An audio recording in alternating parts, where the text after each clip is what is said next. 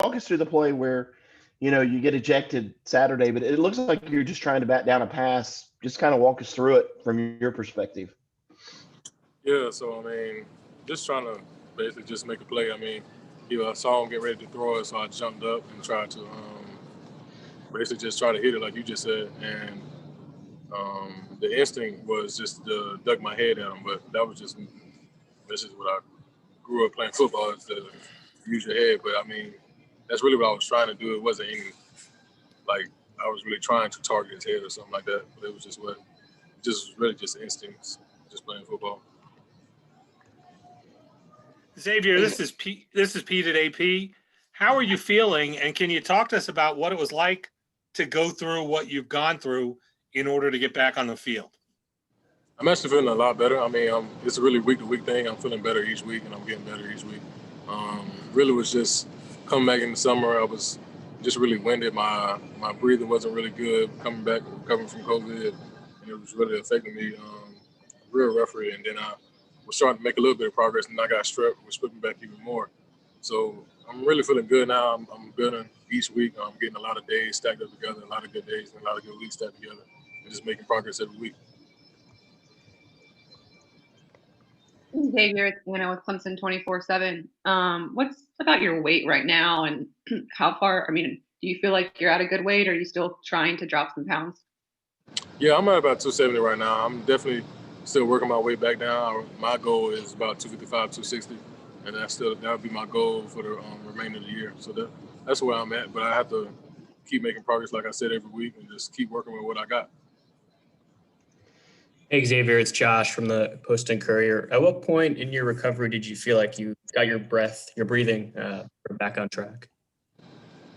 I would say it really started to come back, I would say around week 1, week 2, and then I was training still doing my protocol, and then I was getting back into practice a little bit, doing some handy and things like that. And that's when I realized I was getting my wind back and was getting back in football shape.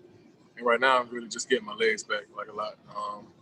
Just having a lot of endurance, building my endurance back up in regards to actually playing football, because running and doing conditioning is a lot different than actually playing football, and that stamina standpoint. So I'm still building everything back up, and so like I said, just keep making progress every week. Xavier, this is Matt Connolly with the State Newspaper. What was it like for you mentally when you were going through everything, and then I know this was going to be a big year for you coming into your junior year? It was definitely rough at first. But I had a lot of support from my family and friends and my coaches and teammates. I mean, just got to follow his plan, and this is what my journey would be, and definitely not what I planned. Like you said, it was a real big year for me. I wanted to come in and have my best and big year. But like I said, follow the journey and follow his plan, and just follow and stay the course, and do anything I can. Just control what I can control. I mean, this was out of my control this year, so I'm just doing what I can. At any point, were you worried about like if you would ever be able to get back to 100% or with the breathing or anything? Did you ever worry about that at all? No, I didn't really worry about that. I knew I'll end up being 100% regardless, but it was just the timing of it. Like it was very frustrating at first by the timing of it, because I was at a really good point after spring ball, and then dealing with the COVID stuff, it just set me back a lot, and that was real frustrating at first. But like I said, it definitely has grown me a lot mentally, and especially just really a challenge for me. Do you recall what it was like the first time you were working out or practicing and you were having trouble breathing? Like when was that? What were you doing? Like when did you notice that? Really, like the summer training when we would before fall camp and things like that, I would realize like the struggle, it would get real tight in my chest, and everything would tighten down, and I would really be struggling to breathe. So I really just had to talk to my coaches and things like that and tell them what I was going through. And when we had a protocol for me, and that's when the red shirt thing came out. And then now that red shirts were gone because of the standpoints this year, but the protocol we was having just to slowly put me back in, things like that, and it's been going great. Xavier, it's Trevor from CUTigers.com. How good did it feel to get that sack on Saturday? And I know you almost had one against Syracuse the week before, but just how good did that feel? And is there any way you can kind of quantify how close to 100% you are right now physically? I would say I'm about halfway there. I know where I can be, and I know like the best I can be, and I'm nowhere near that. But like I said, I just work with what I got right now, and I mean it felt good to get a sack. I actually did have one at Syracuse. I could have had two against Syracuse, but I missed one. But I had one last week, and I had one against Boston College this week. But I mean, it feels good just to be back out there and just going back out there and giving all I got with what I have dealing with right now. So it feels good. Xavier, how do you feel like the young defensive line has played? Obviously, you've been out. Justin's been out here. He hasn't played it. Logan moved on. Just all three of you guys have been out. How do you feel like those young group has played? And then what's it been like having, I guess, the three starters from last year now all gone? Yeah, those guys have stepped up big time. I mean, we all knew those guys could play ball way back when they came into the spring, and we knew we would have a great young D-line. And just the talent those guys have and the work that they put in is really special. I mean, just to see that those young guys come in with such a mature mindset and just coming in to work, not really paying attention to all the outside media and just coming in to work. This is a very special group of guys. Hey, Xavier, it's Josh again. Who are some of the people you rely on from like a mental standpoint to help you get through this whole thing? Basically what I was going through, I would definitely rely on my teammates to keep me motivated and stay positive and just take it day by day and keep stacking days, and my coaches, of course, and then my family and friends. I mean, just keep motivating me every day and just staying positive and make sure I just keep stacking my days and keep making progress. Xavier, this is Pete at AP again. For people like myself who've not gotten the illness, what's it like to get COVID and then get over it? Yeah, so I know a lot of people who, like some of my teammates, who really don't have no symptoms, and I was one of the first people to really get it back after spring, and my symptoms were like really bad. I had a really bad fever, and my body was really bad, feeling really weak and stuff like that. But my symptoms were really bad, and with the breathing and stuff, like I was talking about with the tightness in my chest and things like that when I was trying to work, it was pretty tough to get over. But like I said, the protocol we had was great. They had a great plan for me, and it's been going out great.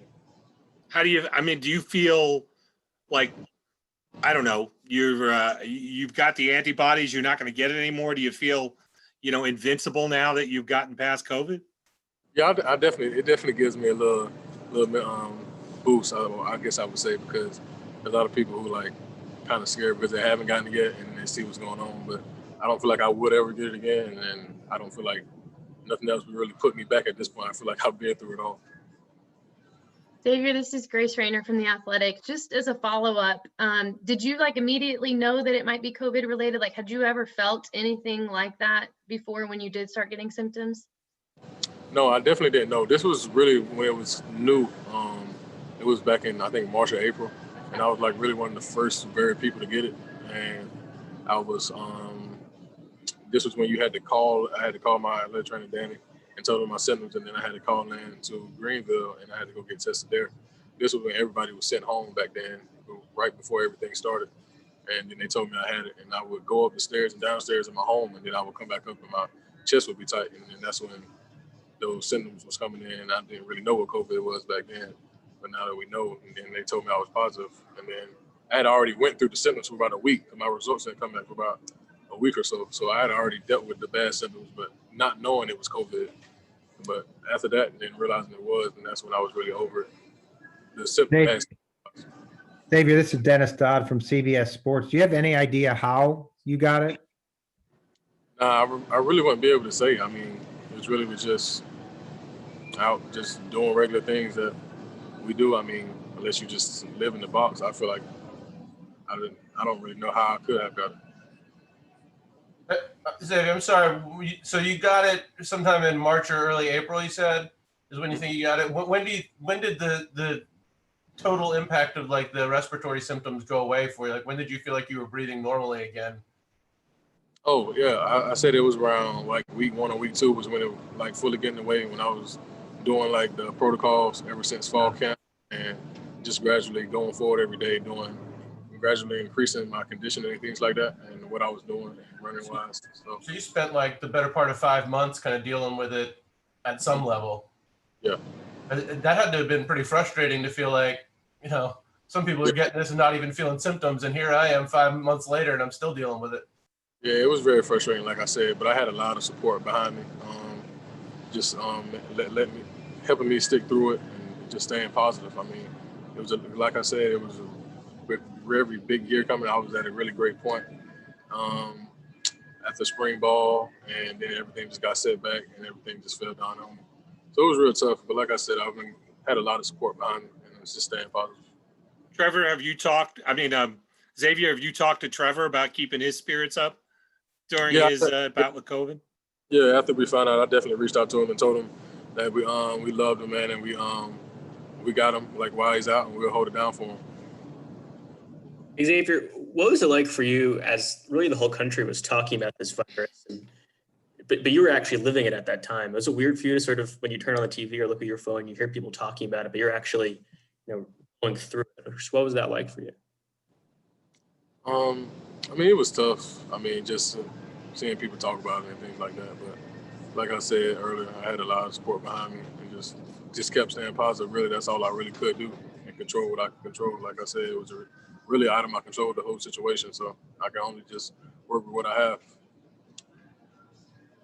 Hey Xavier, it's Trevor again. If I could just ask a question about Notre Dame, just what you've seen from them on film and what you remember about Ian Book and that offense from 2 years ago in the Cotton Bowl. Yeah, so they pretty much have the same offensive line from my freshman year when we played against them. They have a really talented offensive line, a really talented offense, and Ian Book can really make some plays and really extend plays. So we have to do our best to contain him. And they have some really good tight end group. And some great outside receivers. So we'll do our best to contain them, and it's a real talented team, so we got to come out here again. Xavier, you get to see a super talented quarterback all the time on practice with Trevor. I'm wondering if there was anything from the spring or over the summer that stuck out to you about DJ when he got onto campus and what you've seen from him in practice. Yeah, we definitely already knew DJ was special. I mean, it was definitely a shocker when Trevor got COVID, but it really wasn't a big scare. I mean, we know DJ is a great player, and the things that he can do, we know that Clemson's going to be in great hands when Trevor decides to leave after whatever. I mean, so we know that DJ is a great player, so we really wasn't worried that much because he can make some great things happen, as you can see this past weekend. Were you surprised or weirded out to see a quarterback that's only like 15 or 20 pounds less than you are out there doing the things that DJ does? Yeah, we always would joke around with him because of how big he is, and we would say basically just messing with him, say he's a running back and stuff, like he can run the ball really well because of how big he is. But I mean, we mess with him a lot, give him a hard time about it, but that's just how special he is, how big he is, and just the plays that he can make and the ability he has.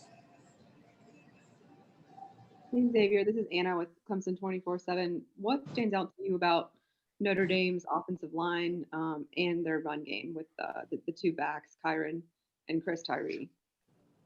I would say just the experience they have, and they can really move. Like you can see them, like when they're pulling and when they're going on the outside of the block. DBs, they're not just some stiff old lineman just running out there, and that you can just dodge and make miss. They can really move and really come get you. So it'll really be a challenge for us, and we're ready for the challenge.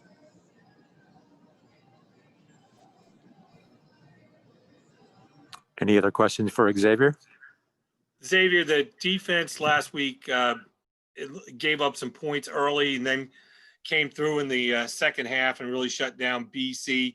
Do you think maybe the jitters of so many new faces on there, having to replace guys like Skalski and Jones who are out, do you think that's over and now everything is can get back to normal in preparation for this week with Notre Dame?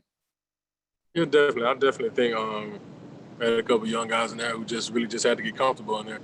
I mean, just going out there and asking some true freshmen to go out there and just make plays and play in that big of a stage and that big of a game.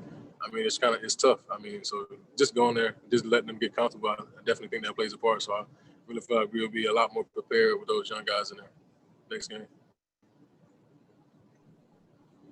Hey, this is Todd in Spartanburg. I'm just wondering how tough it's going to be to watch that first half this week. It'll be pretty tough, man. I was really regretting putting my head down like that after I watched the replays and stuff like that. just the fact that I do have to sit out the first half. And I know it's pretty cold down there, so I'll be pretty cold on the sideline.